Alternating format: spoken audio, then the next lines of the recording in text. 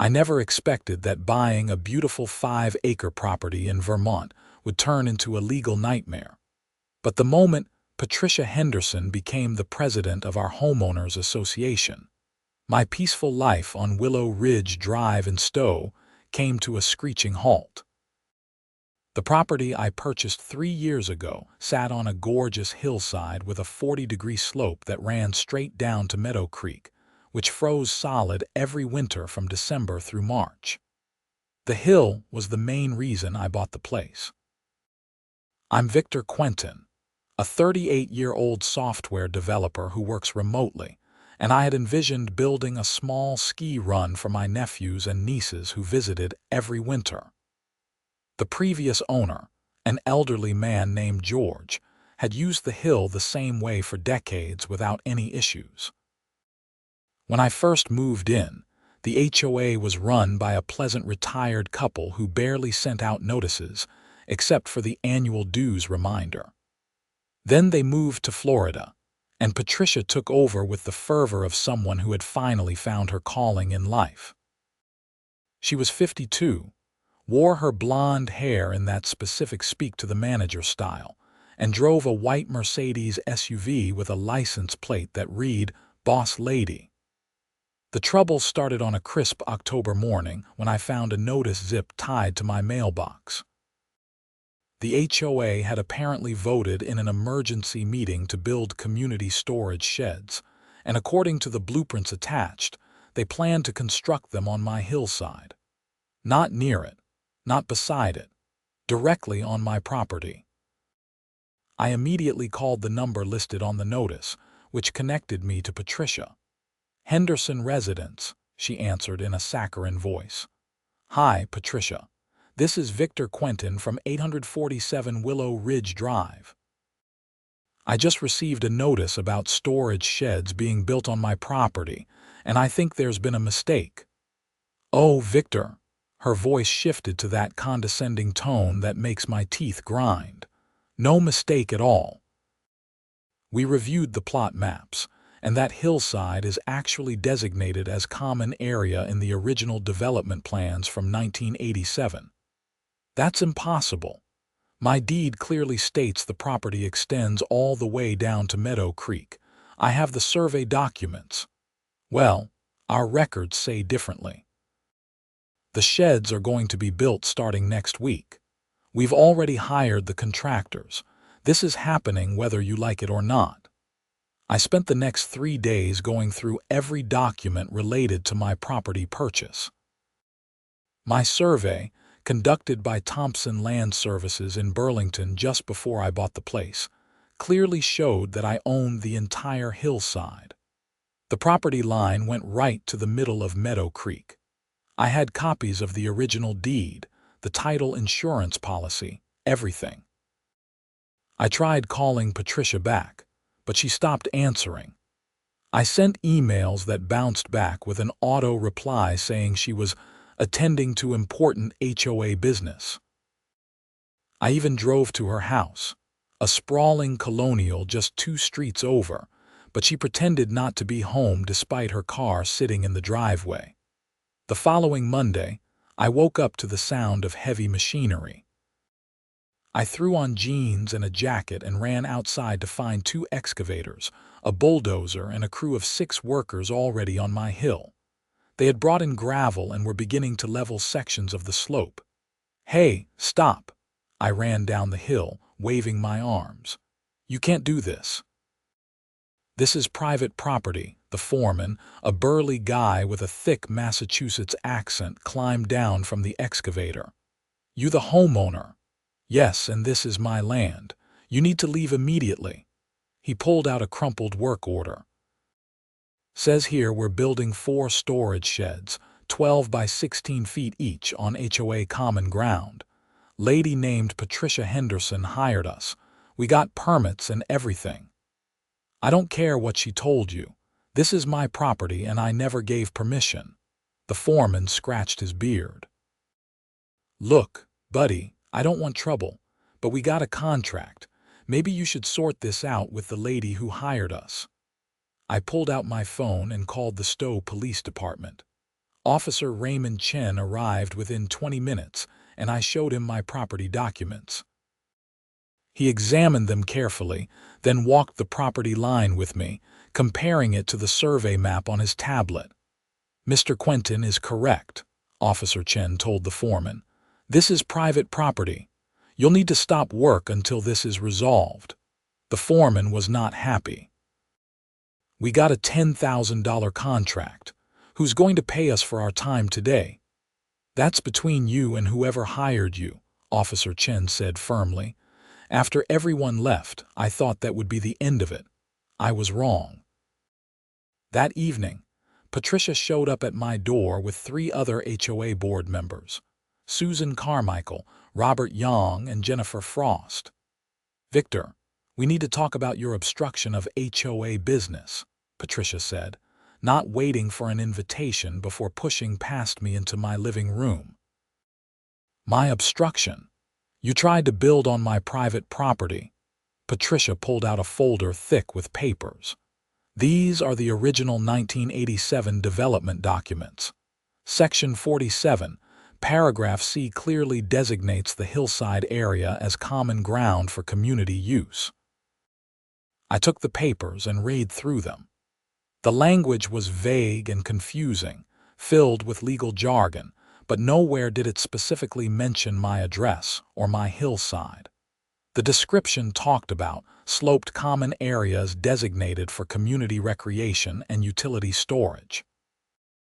"This doesn't apply to my property," I said. "My land was surveyed. I have a legal deed." "Your survey is wrong," Susan Carmichael chimed in. She was a thin woman in her 50s who always wore pearls. "We've consulted with our attorney, and he agrees that the hillside falls under HOA jurisdiction." "Then your attorney is wrong too.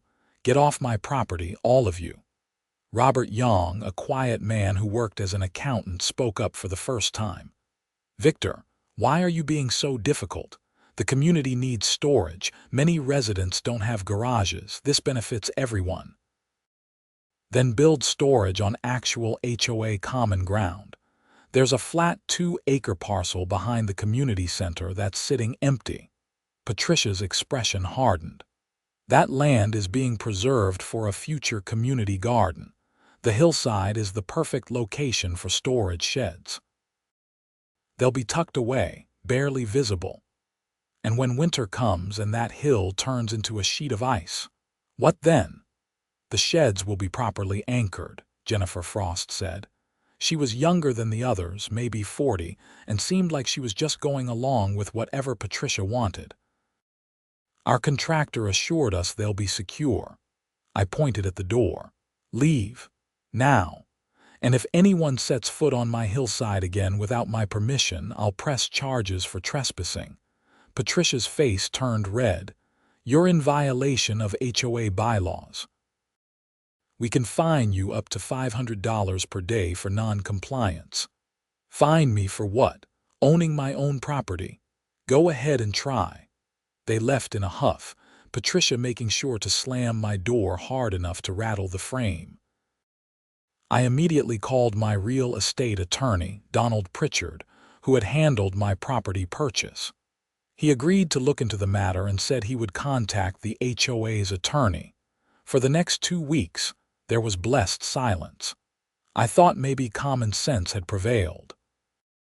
Then I came home from a grocery run to find construction well underway on my hillside. 4 concrete foundations had been poured, and the framing for the first shed was already going up. I was livid. I called Donald immediately.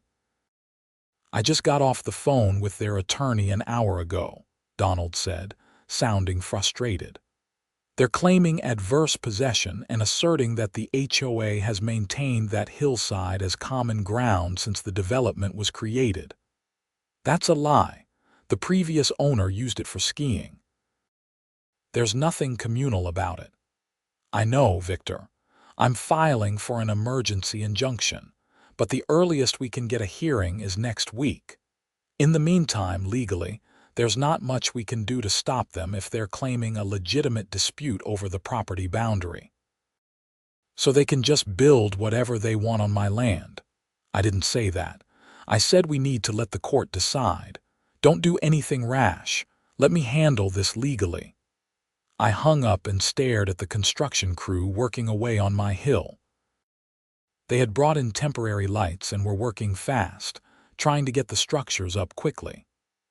I realized Patricia was rushing the construction, hoping that if the sheds were already built, a judge would be less likely to order them torn down.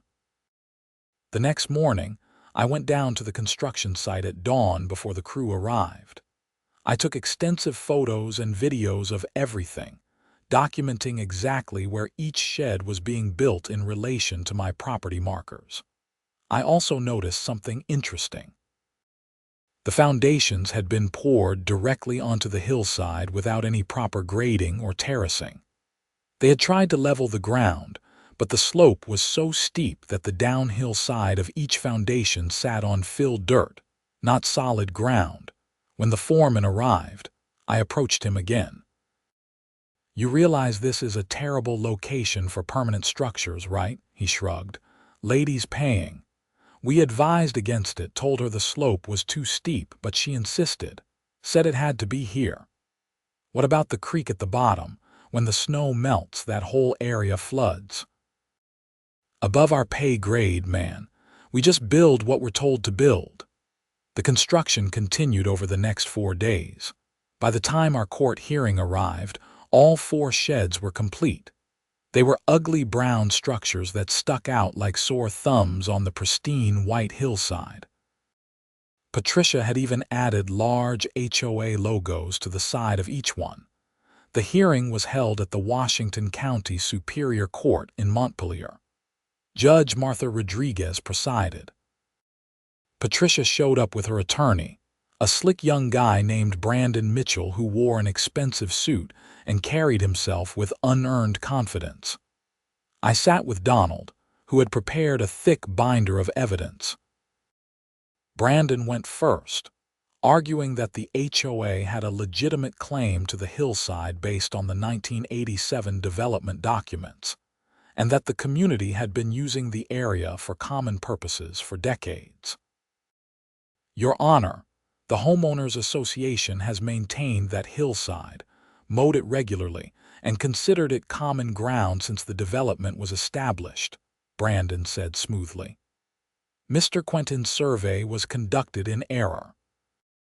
The title company failed to properly research the development's founding documents." Judge Rodriguez looked skeptical. "Mr. Mitchell, do you have any evidence that the HOA has actually maintained this specific hillside? Photographs, maintenance records, anything?"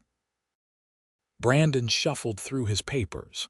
"We have testimony from several long-term residents who remember it being treated as common ground. Testimony you haven't submitted to the court. We can provide that, Your Honor." Donald stood up. "Your Honor, if I may. We have Mr. Quentin's property survey, conducted by a licensed surveyor, clearly showing his property extends to Meadow Creek. We also have testimony from the previous property owner, George Whitmore, who states he personally maintained that hillside for private family use for 42 years. I have his sworn affidavit here." He passed the document to the bailiff, who handed it to the judge. Judge Rodriguez read it carefully. "This affidavit states that Mr. Whitmore used the hillside for skiing and sledding with his family every winter, and that the HOA never once claimed it was common ground or attempted to maintain it," the judge said. Brandon stood up quickly. "Your Honor, Mr. Whitmore is elderly and his memory may be faulty." "He's 73 and sharp as a tack," Donald countered. "He's willing to testify in person if necessary." Judge Rodriguez set down the papers. "Here's my ruling. Based on the evidence presented, Mr. Quentin's property survey and deed take precedence over vague language in 38-year-old development documents. The hillside in question is private property belonging to Victor Quentin. The Homeowners Association built structures on his land without permission. Patricia actually gasped. Brandon looked like he'd been slapped. The HOA has 30 days to remove the storage sheds from Mr. Quentin's property and restore the land to its previous condition. If they fail to do so, Mr. Quentin has the right to remove the structures himself and bill the HOA for all costs. Additionally, the HOA is ordered to pay Mr. Quentin's legal fees in the amount of. She glanced at a document, $7,400. I wanted to cheer, but kept my composure. Patricia shot me a look of pure hatred as she stormed out of the courtroom. The next day, I received a certified letter from the HOA stating they would comply with the court order, but it would take time to hire contractors to safely remove the sheds. They requested a 60-day extension. Donald advised me to agree to a 45-day extension, which the judge approved. This meant the removal would happen in mid-December, right as winter was setting in hard. November passed slowly. The sheds sat on my hillside like ugly brown scars. Patricia had started renting them out to residents for $50 a month each, making $200 in rental income from structures illegally built on my property. I documented everything for potential future legal action. Then the snow started. Vermont winters are no joke, and the 2024-2025 season was shaping up to be particularly brutal. By early December, we had already gotten 2 feet of snow, and temperatures were consistently below freezing. Meadow Creek froze solid, creating a beautiful white pathway through the property that looked like something from a Christmas card.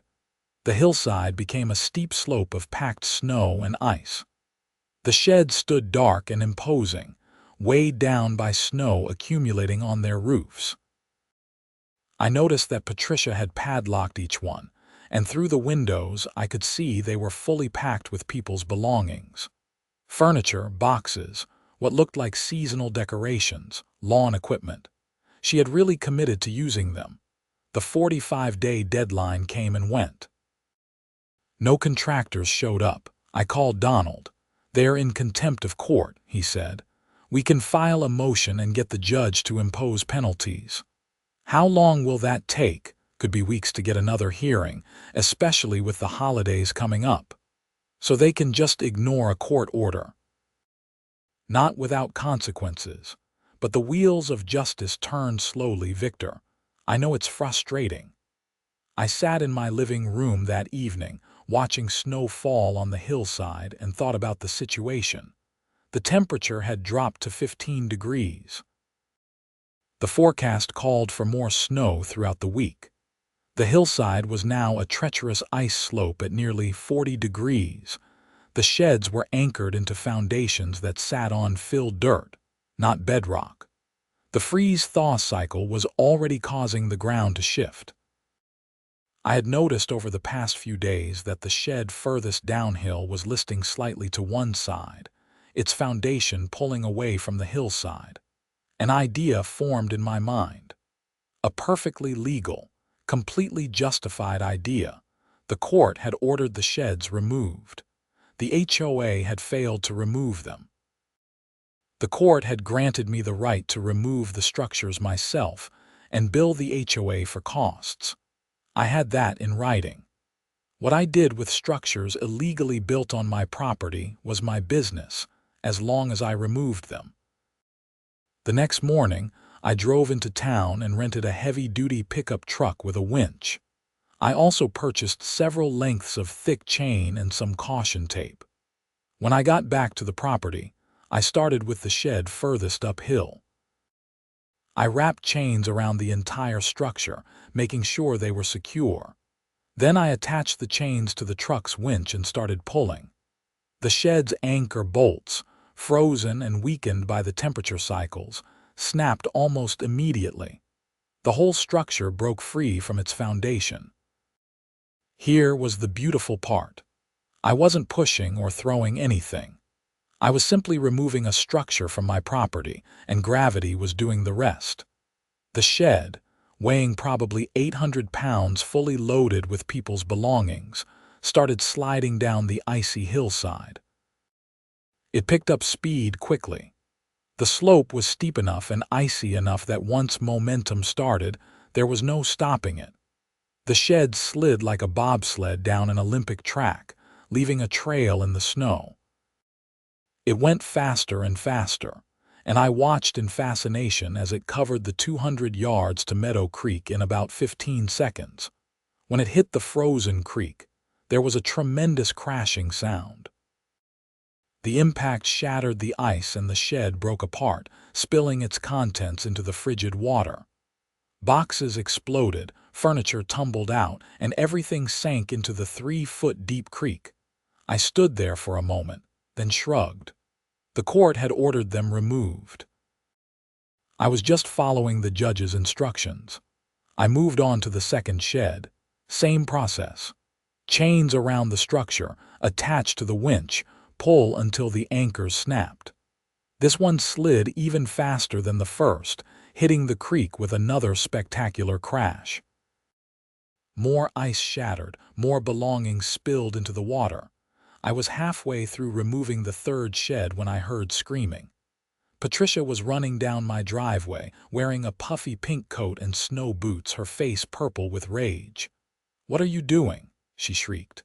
"Stop! Stop right now!" "I'm removing structures from my property as authorized by the court," I said calmly, continuing to secure the chains. "You're destroying people's belongings. That's my property in there. Really. Because these sheds are on my property. Anything in them is now abandoned property, which became mine the moment you failed to remove them by the court deadline. I'll sue you. I'll have you arrested." "For what?" "Following a court order. Feel free to call the police. I'd love to explain this situation to them." Patricia did call the police. Officer Chen showed up again, along with another officer named Sarah Martinez. I showed them the court order, the deadline that had passed, and the specific language giving me the right to remove the structures. Officer Chen read through everything carefully. "Mr. Quentin is within his rights," he told Patricia. "The court gave the HOA 45 days to remove these structures. That deadline passed 3 days ago. The court order specifically states he can remove them himself if you fail to comply. But he's destroying people's property." Patricia wailed. "He's removing structures from his land. What happens to those structures during removal isn't his responsibility. You should have removed them when the court told you to." I went back to work on the third shed. Patricia stood there screaming threats while I pulled it free. This one was the fullest, packed with what looked like Christmas decorations and patio furniture.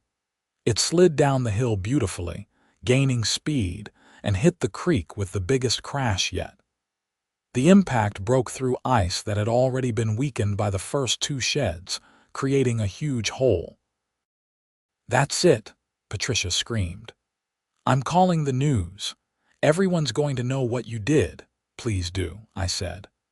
"I'd love to tell them about how the HOA built illegal structures on my property after a court told you not to, then ignored a court order to remove them." The fourth and final shed was the newest and had the strongest anchors. It took me 3 tries to pull it free, but when it finally broke loose, it was worth the effort. This one contained what looked like lawn mowers, snow blowers, and other equipment. It slid down the hill, caught air off a small bump about halfway down, and actually went airborne for a few feet before crashing back down and continuing its journey to the creek. The impact when it hit was tremendous. The shed completely disintegrated on impact, and a lawn mower tumbled out into the creek with a splash. A snow blower followed, then bags of what might have been fertilizer or salt. Everything sank into the dark water. Patricia was crying now, actual tears streaming down her face. "Do you have any idea what you've done? That equipment belonged to the community. People's personal belongings were in there." Then you should have removed the sheds when the court ordered you to. You had 45 days. It's winter. It's hard to get contractors in winter. Maybe you should have thought of that before you built illegal structures on my property in the first place. Officer Chen and Officer Martinez left after confirming everything was legal. Patricia stood at the top of the hill for another 20 minutes, calling various people and yelling into her phone. I could hear fragments of the conversations. He destroyed everything. Yes, everything. It's all in the creek. I don't care what the court order says. This is vandalism. Fine. Then come over here and see for yourself. Over the next hour, more HOA board members showed up. Susan Carmichael took one look at the destruction and started crying. Robert Young just stood there in shock. Jennifer Frost immediately started taking pictures and videos, documenting everything. This is going to cost thousands to replace, Robert said quietly. Maybe tens of thousands. That's on Patricia, I said. I told her not to build here. The court told her to remove them. She ignored everyone. Jennifer turned to Patricia. Why didn't you remove them when the judge ordered you to? I thought he was bluffing. I didn't think he'd actually do this. You ignored a court order because you thought he was bluffing. Susan's voice was shrill. Patricia, my antique desk was in shed number 2, my grandmother's desk. I'll replace it. The HOA will pay for everything. With what money? We have $4,000 in the treasury. The argument continued while I went inside to warm up. Through my window, I could see them all standing around the demolished foundations, gesturing at the creek, clearly fighting. Patricia seemed to be on the defensive, with the other board members ganging up on her. That evening, I got a call from Donald. He was laughing. I just got the most amazing phone call from Brandon Mitchell, he said between chuckles. He claims you maliciously destroyed HOA property and caused over $30,000 in damages. I removed structures from my property as authorized by the court. That's exactly what I told him. He threatened to sue.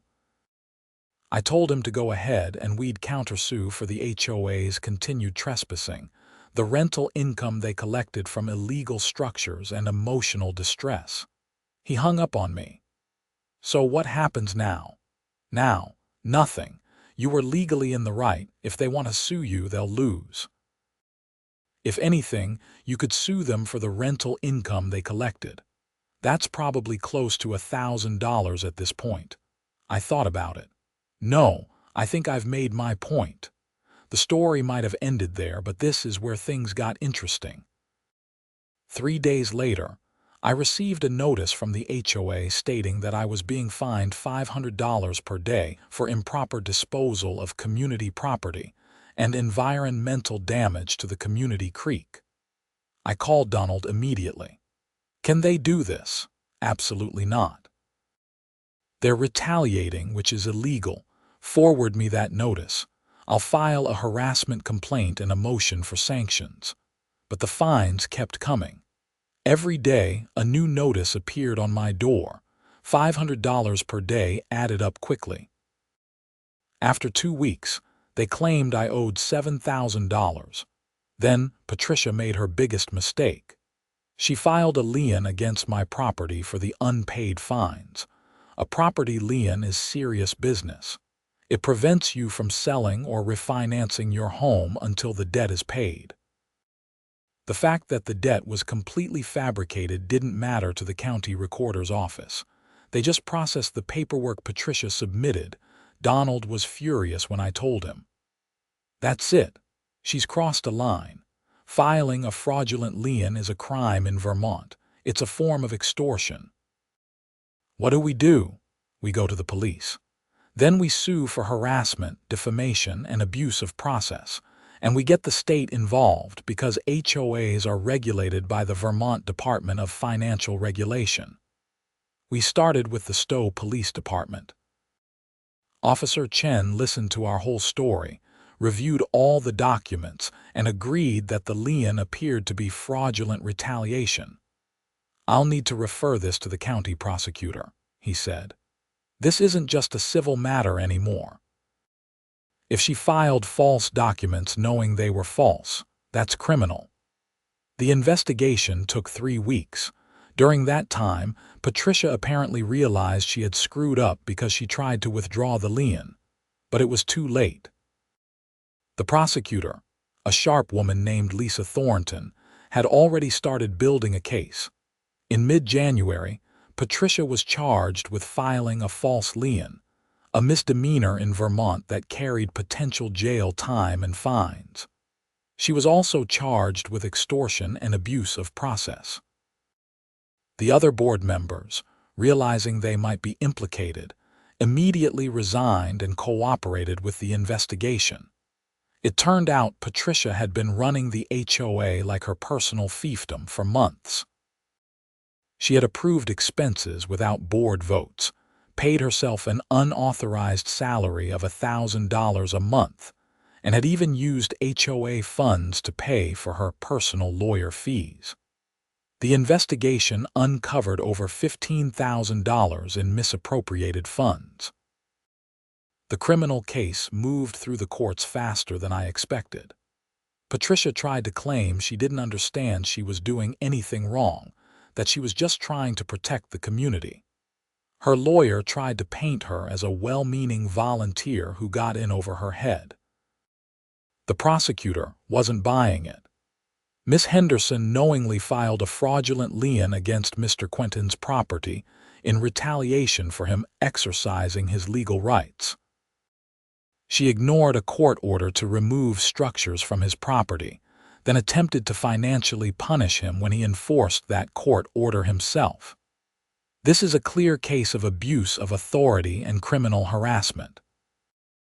In March, Patricia pleaded guilty to filing a false lien and misappropriation of HOA funds in exchange for dropping the extortion charges. She was sentenced to 90 days in jail, suspended on the condition that she complete 200 hours of community service, pay restitution to the HOA for the misappropriated funds, and resign from any HOA position permanently. She was also ordered to pay for all damages to homeowners whose property had been in the sheds. That last part was satisfying because it meant she personally had to reimburse Susan for her grandmother's antique desk, Robert for his tools, and several other residents for various items. The total came to almost $40,000, which she apparently had to take out a second mortgage on her house to pay. The HOA itself underwent a complete restructuring. The Vermont Department of Financial Regulation stepped in and required new elections, new bylaws, and mandatory financial audits. A retired lawyer named Thomas Everett was elected as the new president, and his first official act was to issue a formal apology to me and drop all the fake fines. By April, when the snow finally melted and Meadow Creek thawed, I went down to see what remained of the sheds. The creek had swept away most of the debris during the spring runoff. A few pieces of broken wood and some scattered belongings remained stuck in the mud, but nature had essentially cleaned up the mess for me. I hired a proper landscaping company to fix the torn-up hillside where the foundations had been. They removed the concrete, brought in topsoil, and reseeded everything. By May, you could barely tell anything had happened there. My nephews and nieces came to visit in June, and I told them the whole story. My nephew Jake, who was 15, just shook his head.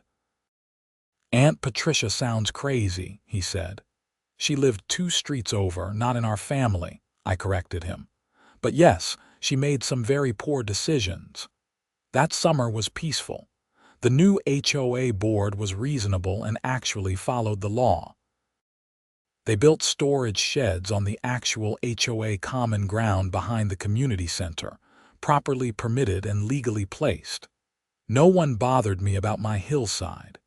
In August, I saw Patricia once at the grocery store in Stowe. She was alone, looked tired, and was wearing a volunteer vest for some charity. She saw me, her face went pale, and she quickly turned down another aisle. I felt a moment of something, not quite pity, but an acknowledgement that she had brought all this on herself through arrogance and a refusal to follow the rules she claimed to represent.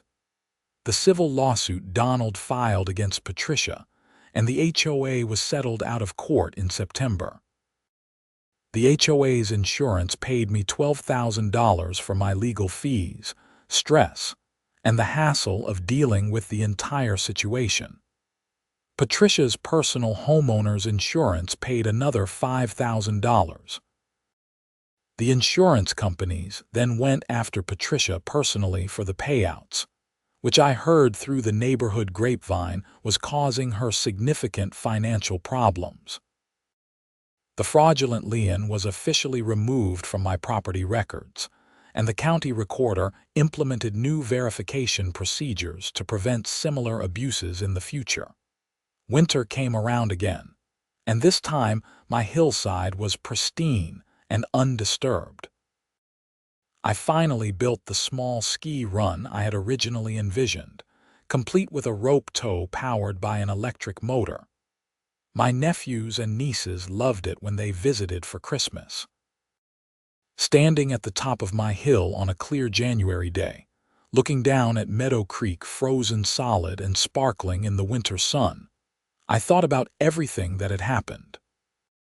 Patricia had been so convinced she was right, so certain that her authority as HOA president gave her the power to do whatever she wanted, that she had completely ignored reality.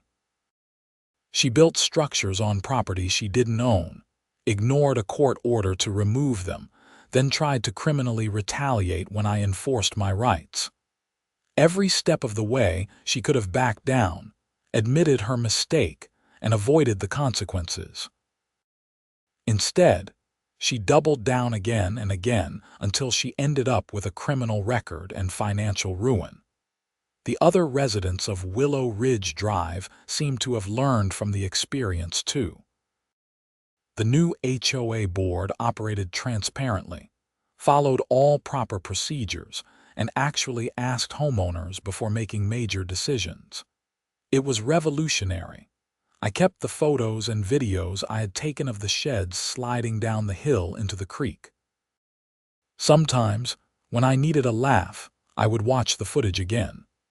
The way those structures picked up speed, the tremendous crashes when they hit the ice, the spectacular way they broke apart, it was oddly satisfying.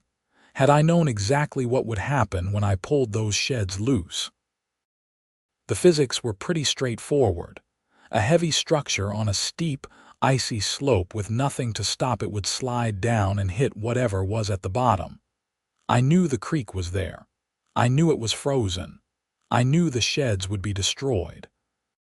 But I had also known that I was legally authorized to remove them. The court had given me that right in writing. What happened during the removal process was just gravity doing what gravity does. Some of the neighbors thought I had gone too far. Others thought it was the funniest thing that had ever happened in our development. A few actually thanked me for standing up to Patricia, saying she had been making their lives miserable with petty fines and constant rule enforcement. Susan Carmichael, despite losing her grandmother's desk, actually apologized to me one day in spring. "I should have questioned Patricia more," she said. "I knew building on your hillside was wrong, but I went along with it because she was so confident. I'm sorry." "You got caught up in someone else's bad decisions," I told her. "At least you owned up to it." Robert Young left the HOA board and mostly kept to himself after everything went down. Jennifer Frost moved to Boston in the summer, apparently tired of the drama. As for me, life returned to normal. I worked from home, enjoyed my property, and had zero interactions with the HOA beyond paying my annual dues.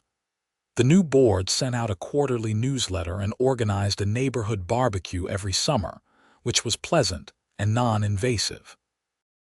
Thomas Everett, the new HOA president, actually became a friend. He was a good guy who had retired from a law firm in Burlington and just wanted the neighborhood to run smoothly. We had coffee a few times, and he told me stories about other HOA horror situations he had heard about over the years. "You handled it correctly," he said during one of our conversations. "You documented everything, worked through the legal system, and only took action when you were explicitly authorized to do so. A lot of people would have just given up or done something stupid that would have gotten them in trouble. I came close to doing something stupid a few times," I admitted, "but my lawyer kept me on the right path. Good lawyers are worth every penny." The creek itself recovered nicely from the impact. By summer, the vegetation had grown back where the ice had been damaged, and fish returned to the area. I sometimes wondered if any of the belongings that sank were still down there, buried in the mud, but I never bothered to check. The concrete foundations where the sheds had stood were completely removed, and the landscaping company did such a good job that you genuinely could not tell anything had ever been built there. The hillside was smooth, grassy in summer and snow-covered in winter, exactly as it should be. I did make one change to my property. I installed security cameras covering the hillside and the driveway, not because I was paranoid, but because I wanted documentation if anyone ever tried something like this again. The cameras were discreet and worked well even in winter weather. In December of that second year, during the anniversary of the Great Shed Sliding Incident, as I had started calling it in my mind, I invited Donald over for dinner. We sat in my living room with glasses of bourbon, watching snow fall on the hillside through the large windows. "You know what the best part was," Donald said. "The look on Brandon Mitchell's face in court when the judge ruled against them. He really thought they were going to win. He underestimated how seriously judges take property rights, and how seriously they take people ignoring their orders. Patricia could have avoided everything if she had just removed the sheds when the judge told her to. Pride," I said. "She couldn't accept that she was wrong. A lot of people can't. That's why I still have a job." We talked late into the night about other cases he had worked on, other property disputes, other instances of HOAs overstepping their authority. It was fascinating and terrifying how common these situations were. The next morning, I woke up to find another foot of snow had fallen overnight. The hillside was perfect, pristine, untouched. I made coffee and stood at the window, looking out at my property, legally confirmed as my property, and felt satisfied. Sometimes, I wondered what Patricia was doing, whether she had learned anything from the experience, whether she regretted her choices. I heard through the neighborhood that she had divorced her husband the previous spring, though I didn't know if that was related to the HOA situation or just coincidental. She apparently moved to New Hampshire to live with her sister.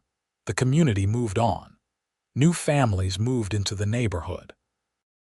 The storage sheds behind the community center were properly maintained and caused no problems. The HOA functioned smoothly under Thomas's leadership. Life was good. I never did sue for the rental income the HOA collected from those illegal sheds, though Donald said I could have. It seemed petty at that point, and Patricia had already paid enough in consequences. Sometimes winning isn't about extracting every possible dollar. Sometimes it's just about being right and having that validated. My property value actually increased after everything was resolved. Having a legal confirmation that the hillside was definitely part of my property, with no ambiguity or dispute, made the land more attractive to potential buyers. Not that I was planning to sell, but it was nice to know. The nephews and nieces who visited that second winter had even more fun on the improved ski run. I had added some safety features and better lighting, making it possible to ski even in the evening. Their parents appreciated that I had stood up for myself and taught the kids a valuable lesson about knowing your rights and not backing down when you're in the right. As spring arrived and the snow melted again, revealing green grass on the hillside, I reflected on how much had changed in 2 years. I had gone from a peaceful software developer who just wanted to be left alone to someone who had faced down an aggressive HOA president, won in court, enforced a court order in spectacular fashion, and ultimately helped trigger a complete restructuring of how the neighborhood was managed. I hadn't wanted any of it. I had just wanted to own my property in peace. But when someone tries to take what's yours, you have to stand up for yourself. You have to be willing to fight, to spend money on lawyers, to endure stress and conflict. Because if you don't, people like Patricia will walk all over you. The sheds sliding into the creek had become local legend. People I didn't know would occasionally bring it up at the grocery store or the post office. "Are you the guy who pushed those sheds into the creek?" they would ask. I didn't push them, I would always correct. I removed them from my property as ordered by a judge. Gravity did the rest. Most people laughed. Some thought I was a hero for standing up to HOA overreach. A few thought I had been too harsh, that I should have been more patient with Patricia. I didn't try to change anyone's mind. I knew what I had done and why, and I was comfortable with it. Donald eventually retired from active practice and became a part-time consultant. Before he fully retired, he wrote up my case as an example in a legal journal article about HOA disputes and property rights. He sent me a copy, and I was amused to see my situation laid out in dry legal language with citations and footnotes. "Your case is actually being taught in a property law class at Vermont Law School," he told me over coffee one day. "The professor thinks it's a great example of both HOA overreach and proper legal remedy. I'm famous in law school. In a very specific, nerdy way, yes," I laughed. It was surreal to think that law students were studying my situation, but if it helped future lawyers better understand property rights and HOA limitations, that was a good thing.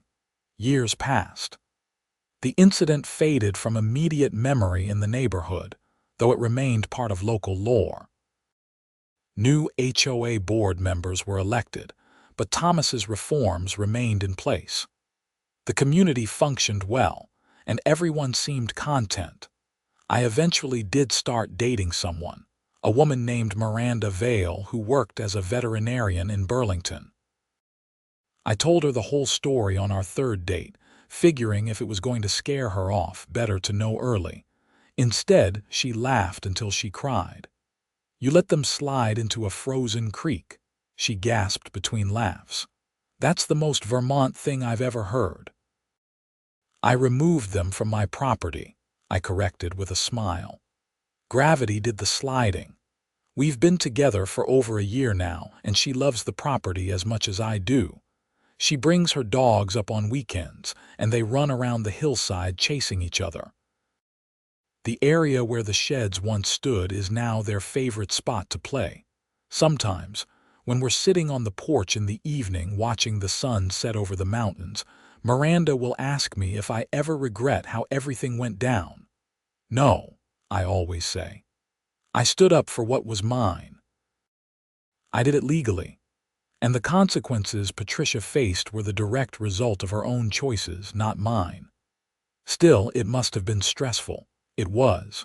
But it was also necessary. If I had backed down, she would have kept pushing, kept taking, kept ignoring the law. Someone had to stop her. Miranda squeezes my hand. "I'm glad you did." The hillside is peaceful now. In summer, it's covered with wildflowers. In fall, the leaves turn brilliant colors. In winter, it's perfect for skiing. In spring, the creek swells with runoff and the whole area comes alive with birds and wildlife. No sheds, no construction, no HOA president trying to claim my property, just land that is undeniably, legally, permanently mine. And somewhere in the mud at the bottom of Meadow Creek, buried under years of silt and sediment, are the remains of 4 storage sheds that never should have been built in the first place. They serve as a reminder, at least to me, of what happens when someone thinks rules don't apply to them. Every winter, when the first big snow falls and the hillside turns white and pristine, I think about that day when I wrapped chains around those sheds and pulled them free. I think about the sound they made sliding down the ice, the tremendous crashes when they hit the creek, the way Patricia screamed and cried. I don't feel guilty. I feel satisfied. Justice isn't always pretty, and sometimes gravity is the best lawyer you can ask for. The neighborhood continues to thrive. Property values have gone up. The HOA maintains the common areas properly and leaves individual homeowners alone. It's exactly what a homeowners association should be: a boring administrative body that collects dues, maintains shared spaces, and doesn't make anyone's life miserable. I still have the court order framed in my office. It's a reminder that the legal system, while slow and sometimes frustrating, does work when you have patience and good documentation. It's a reminder that standing up for your rights, even when it's hard, is worth it.